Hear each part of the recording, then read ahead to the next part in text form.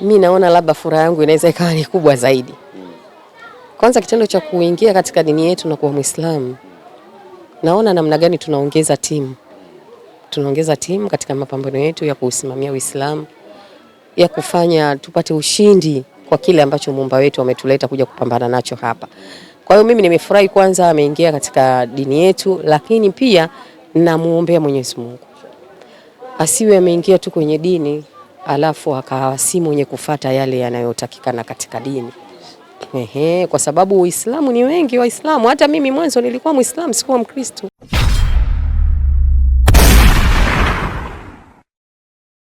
Naam, ni mashindano ya kuhifadhi Qur'ani tukufu sambamba na kusoma, na mmoja kati ya watu ambao wamehudhuria mashindano haya ni pamoja na Ukti Nura.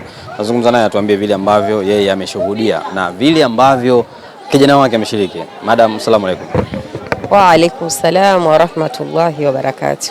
Kwanza ningetamani nifahamu kwa kijana wako. Tulizungumza na babake pale, amesema bwana, kijana wangu na mimi ni miongoni mwa washindi. Lizungumze hili, ni kweli kijana wako na ameshinda kwenye kipengele kipi hasa? Alhamdulillah, namshukuru Mwenyezi Mungu. Kijana wangu bado mdogo na ndo ameanza, lakini tunamshukuru Mwenyezi Mungu, mwanzo wake ni mzuri. Ameshiriki nusu juzuu, bado kadogo. Ameshiriki nusu juzuu na ametoka kwa mshindi wa kwanza. Mimi kwa kweli naona motisha kubwa sana. Sana. Yaani kwa kweli nimeiona na namshukuru sana Mwenyezi Mungu kwa sababu kilio changu kikubwa ni watoto wangu kukishika kitabu cha Allah Subhanahu wa Ta'ala na kukihifadhi na kukielewa kwa maana na kukiishi. Yaani hiyo ni ndoto yangu kubwa sana. Na vile vile na kijana wangu ameshiriki juzuu 3 lakini hakubahatika kushinda kwa leo. Kwa hiyo waliingia wawili. Mmoja alishiriki juzuu 3 na huyu mdogo alishiriki nusu juzuu. Allah amenipa kwa huyu ambaye ameshiriki nusu juzuu, lakini hata yule pia amenipa kwa sababu mimi huwa naamini wote walioshiriki pale ni washindi.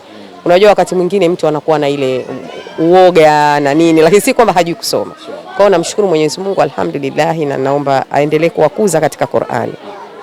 Huyu wa nusu juzuu huenda mtu hajaona kimo chake. Ana miaka mingapi? Ana miaka 4. Miaka 4. Wow. Ni unamfundishaga ama amelisi kwa nani hivi? Mbona mtoto mdogo lakini anakuwa na wepesi kama hivi?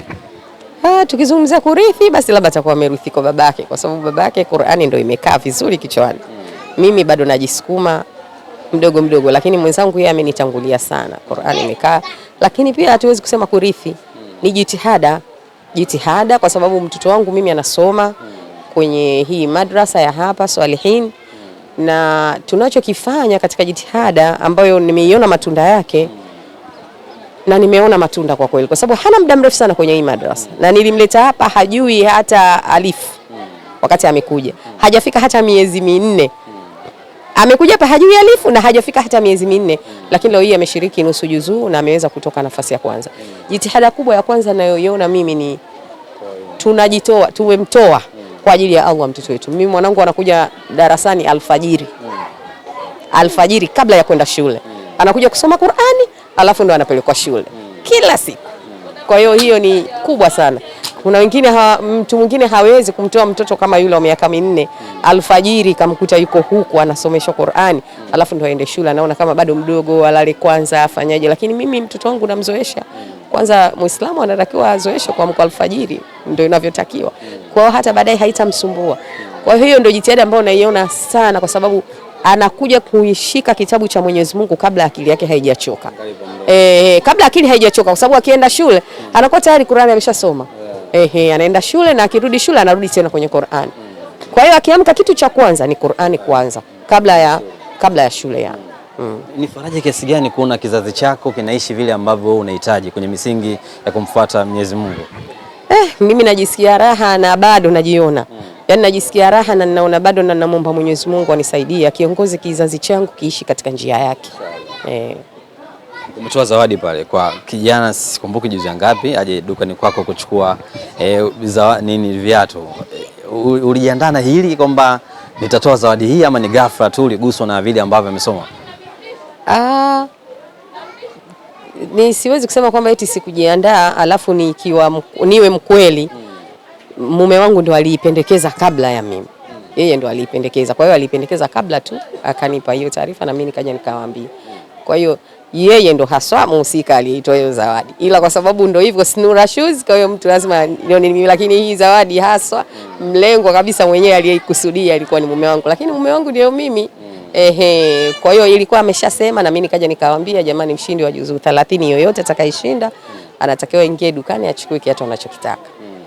Wakati mashindano yanaendelea, katikati ya mashindano mvua kama ilitaka kukatisha fulani hivi, mwisho wa siku mambo yakamalizika. Tusemeje, ni baraka za Mwenyezi Mungu kwenye Qur'ani tukufu ama tafsiri yake nini hasa? Tuna tafsiri ni baraka, kwani mvua tunaionaje? Bila mvua kweli tunaweza tukaishi? Hata kwa kishki ilinyesha. Hiyo ni baraka, ni jambo la kawaida kabisa, wala sio shida. Si unaona mvua imenyesha na jambo limeendelea vizuri. Alhamdulillah. Sawa, tuzungumzie zawadi yako ambayo alitangaza pale Sheikh Kishki ya wewe sambamba na mumeo kuweza kupata safari ya kwenda Maka kama sikosei. Furaha yako ni hiyo hapa, ulitarajia? Mtu anaweza kujiuliza kwa nini Snura, mtu maarufu, ama ilitokea tu, ama Kishki aliwapanga itakuwa hivi, ama tafsiri yake nini? Kwa kweli Mwenyezi Mungu mwenyewe ndo amenipa. Mwenyezi Mungu mwenyewe ndo ametugea, kwa sababu mimi mpaka nafika pale kwenye kikao kile sikujua kwanza kama hata timu yangu itashika nafasi ya kwanza. Ndio kwa mara ya kwanza nimeingiza timu kwenye yale mashindano ya Qur'ani. Yani ndio kwa mara ya kwanza sisi tumeingia kuwa volunteers pale. Kwa hiyo sikuwaza kama timu yetu inaweza ikashika namba 1. Na hata wakati anataja mshindi wa 5, kwanza nilihisi labda tunaweza yani nilihisi huenda tukawa wa 5. Nilihisi. Hivyo umejikatia tamaa hivi? Kwa sababu unajua yale makundi wenzetu wana uzoefu. Wako muda mrefu, wana miaka na miaka. Sisi ndo kwa mara ya kwanza tumeingia kufanya. Japokuwa tulifanya kazi ngumu na tulifanya kwa moyo na tulifanya kwa ajili ya Allah. Na ndio maana nikasema Allah ndo aliyetugea, kwa sababu aliona mioyo yetu sisi tulienda pale kwa ajili ya Allah na sio kitu kingine. Kwa hiyo hata wakati anataja mshindi mimi kichwani sikuwaza hilo kwa kweli. Alipotaja wa 5 nikaona basi hapa sisi hata hatujapata. Lakini Mwenyezi Mungu ana mipango yake na sisi tuna mipango yetu. Kumbe ilikuwa sisi tumeshika nafasi ya kwanza, na nafasi ile tulishika kwa kweli tulistahili, kwa sababu kazi pia tulioifanya ilikuwa ngumu sana. Sio nyepesi na sio kila mmoja anaweza kuifanya. Sasa tumwambie huyu ambaye ameanzia story kuona kwamba Snura na mumewe wamepata zawadi kwa Sheikh Kishki. Sababu ilikuwa ni nini hasa? Sababu ni kutokana na kazi ambayo tuliifanya pale, kushinda ndo tukazawadiwa hiyo ticket. Kwa sababu pale volunteers tulikuwa tuko wengi na makundi yalikuwa karibu 22. Kwa hiyo makundi 5 ndio yaliyoshinda. Ikiwemo ndio hilo kundi letu ambalo lilikuwa nimeshika namba 1.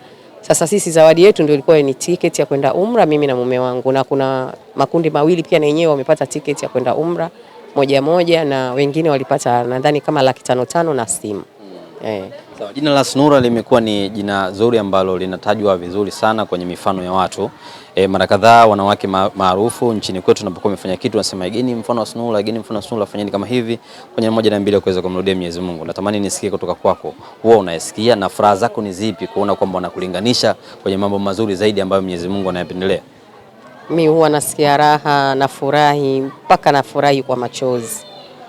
Na huwa ninamshukuru Mwenyezi Mungu mpaka anasema sijui Mola wangu ni kushukuru vipi. Naona kila ninavyokushukuru pia kama yani shukrani yangu bado naiona ndogo kwa Mola wangu kwa yale ambayo ananitendea, kwa sababu nakutana na mengi sana, nakutana na watu ambao wanakuambia nabadilika, mwingine nimebadilika kwa sababu yako, mwingine yani ni vitu vikubwa sana kwangu. Yani namshukuru sana Mwenyezi Mungu, na niombe tu wengine pia wajitoe, warudi tushirikiane kufanya kazi ya Allah. Warudi, kwa sababu nimekuja kugundua kumbe kuna namna fulani ukiwa maarufu alafu ukatoka kwenye yale maisha ukaja huku, kuna namna watu wanaona kwamba ameweza fulani nami naweza. Kuna ushawishi unaongezeka, unakuwa mkubwa. Kwa natamani sana angepatikana hata na mwingine, hata na 2, hata na 3, hata na 10, hata na wote. Tuje tufanye kazi ya Allah Subhanahu wa Ta'ala. Kwenye kubadilika kwako mwanzoni lazima kunakuwa na vile watu wanasema huyo tunampa muda fulani atarejea tu. Wengine watakusema vibaya, wengine watasema hivi. Kuna namna yote sasa hivi kwamba watu wanakubali kusema kwamba kweli umechagua njia sahihi, maneno mabaya yameisha kwao? Ni kweli mwanzoni watu walikuwa na wasiwasi, lakini sasa hivi sijaona wasiwasi. Tena mwingine anakuambia mimi tena hapa basi sina tena wasiwasi. Ila kikubwa tumuombe Mwenyezi Mungu. Mwenyezi Mungu yeye ndio mwenye kujua haja yake, na yeye ndio amepanga maisha ya kila mwanadamu. Kikubwa ninachokiomba kwake anifishe nikiwa katika njia yake basi. Mwisho la kumalizia, nilipata bahati ya kuweza kuzungumza na shehe mmoja hivi anaitwa Sheikh Diwani, yuko Mbagara, kuhusiana na kubadilisha kwa dini kwa Gigimani. Mmoja kati ya watu ambao naamini unawafahamu, alimtolea mfano mzuri sana. Alisema kwamba moja kati ya watu ambao walikuwa wanawatumainia wabadilike ni Gigi. Ningependa afuate mfano kama wa Snura, na muombea kwa Mungu aendelee kuwa hivi, mwisho wa siku na yeye aingie kwenye dini. Ningetamani nifahamu na wewe kutoka kwako, furaha yako ni ipi mara baada ya kuweza kumuona jina la Gigimani limekuwa Muislamu, lakini na shehe anamuombea mema, wala wafuate mstari wewe uliopo muda huu? Mimi naona labda furaha yangu inaweza ikawa ni kubwa zaidi. Kwanza kitendo cha kuingia katika dini yetu na kuwa Muislamu, naona namna gani tunaongeza timu. Tunaongeza timu katika mapambano yetu ya kusimamia Uislamu, ya kufanya tupate ushindi kwa kile ambacho Muumba wetu ametuleta kuja kupambana nacho hapa.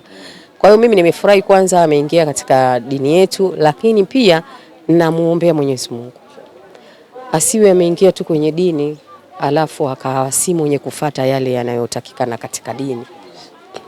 Kwa sababu Uislamu ni wengi Waislamu. Hata mimi mwanzo nilikuwa Muislamu, sikuwa Mkristo. Nilikuwa Muislamu lakini nilikuwa siishi Kiislamu. Kwa hiyo kikubwa ambacho mimi namuomba Mwenyezi Mungu, kama ambavyo nimetoka kusema hapa, natamani waje. Basi natamani Mwenyezi Mungu kama angemfanya yule dada sasa, naye akaja kushika kweli kweli, na waje na wengine na wengine na wengine. Ninaamini wale mashabiki wengi watabadilika kupitia sisi. Wengi watabadilika. Kwa hiyo namuombea Mwenyezi Mungu, ameingia kwenye Uislamu lakini amfanye aishi namna ya Uislamu unavyotaka, aishi Kiislamu. Asiwe tu Muislamu, aishi Kiislamu. Hicho ndo ninachokitamani kwake. Na insha Allah Mwenyezi Mungu anaweza kapokea hilo. Yeye ndo mjuzi zaidi.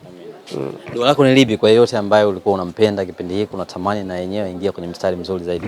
Dua yangu ni hiyo hiyo. Natamani sana ndugu zangu waje. Yaani natamani waje tushirikiane tufanye kazi ya Allah. Natamani sana.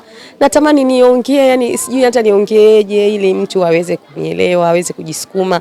Lakini kikubwa ni dua, kwa sababu Mwenyezi Mungu ndiye mwenye kubadilisha waja wake. Sio kwa ujanja wetu sisi binadamu, hapana. Hatuna ujanja huo. Na hasa ukiwa kwenye maisha yale, huwezi kuwa na ujanja wa kusema mimi mbona hivi, hapana. Ni Allah Subhanahu wa Ta'ala mwenye akusaidie. Kwa hiyo mimi ninachosukuma ni dua tu, kumuomba Mwenyezi Mungu azidi kuwaleta na wenzangu ili tuweze kushirikiana, tuweze kuhusiana na kukumbushana haki na kupitishana katika njia ya haki, na sisi wenyewe pia tusaidie tufe akiwa ameturidhia. Namna wote umeanzisha taasisi yoyote labda kuweza kuwapa mawaidha watu kama hawa na wenyewe waje huku? Mimi kwa kweli sijaanzisha taasisi, ila Allah mwenyewe amekuwa akinituma karibu kila kukicha. Naitwa huko, lakini sijaanzisha taasisi. Ni kwamba watu wenyewe tu wanaandaa, wananiita, naenda huku, naenda kule, naenda huko. Allah Subhanahu wa Ta'ala mwenyewe ndio amekuwa akinituma kwa waja wake, lakini mimi sijaanzisha taasisi. Mimi nina timu tu, ni timu Janna, na timu Janna kazi yake ni kusafisha misikiti basi. Unahisi unawafikia watu ambao labda tulikuwa tunahitaji wabadilike? Kupitia timu yangu sisi tuko katika kusafisha nyumba za ibada. Lakini kupitia ile kutoka kwenda kuzungumza na watu, zile mawaidha, hiyo naona inawafikia watu. Kwa sababu nimeona hata clip kadhaa tu ambazo zinakuaga kwenye account yangu, hata ukisoma comment unaona namna gani watu wanaguswa, namna gani mtu anataka kubadilika, namna gani mtu anataka kuongea na wewe private, unaongea naye, unajaribu kumbooster. Kwa hiyo hiyo ndio njia ambayo mimi nayoiona watu wanaitumia, au mimi mwenyewe pia naitumia katika kuweza kusukumana. Lakini kwenye timu kazi yetu kubwa sisi tumeelemea sana katika jambo la kufanya usafi kwenye nyumba za ibada. Na sio jambo ambalo tunapita tukilitangaza, hapana. Hamna mpango huo labda kuweza kuwafuata mmoja mmoja, labda kuambia? Yaani nianze kufuata watu majumbani mmoja mmoja, au labda kuna wale watu maarufu wewe ulikuwa unawatamani na wenyewe waje huku ambao wanafahamika? Kweli bado sijapata hilo wazo la kumfuata mtu mmoja mmoja, watu maarufu. Nakumbuka kuna mtu mmoja kidogo niliwahi kuongea naye. Alhamdulillah nilipata majibu mazuri. Maana wakati mwingine unawaza pia mrejesho utakuwaje. Lakini alhamdulillah nilipata majibu mazuri. Lakini bado Allah hajamjalia, na nazidi kumwombea Mwenyezi Mungu amjalie ashtuke atoke kule. Lakini sijaanza ile kusema nafuata mmoja mwingine, hapana bado. Labda Allah mwenyewe atanipa njia, maana yeye ndio mwenye kuniongoza. Mimi sina lolote naloliweza. Una jina la mtu yote kichwani ambaye ungetamani aje huko? Naotamani ni wengi, lakini sidhani kama itakuwa ni sahihi kwanza kutaja majina ya watu hapa. Na watamani ni wengi sana wapo kichwani kwangu, lakini nisingependa kutaja mtu jina. kwa sababu kwanza simjui vizuri undani wake, huenda amejikithirisha kuliko hata mimi ambaye mnaniona. Kwa hiyo sipendi kumtaja mtu. La mwisho la kumalizia? La kumalizia, tufanye ibada, ndio kitu kilichotuleta. Mengine ni support tu, tufanye ibada, tujikithirishe kwenye ibada, tujipendekeze kwa Mola wetu. Yeye ndio kila kitu. Asante. Alhamdulillah, asante kaka.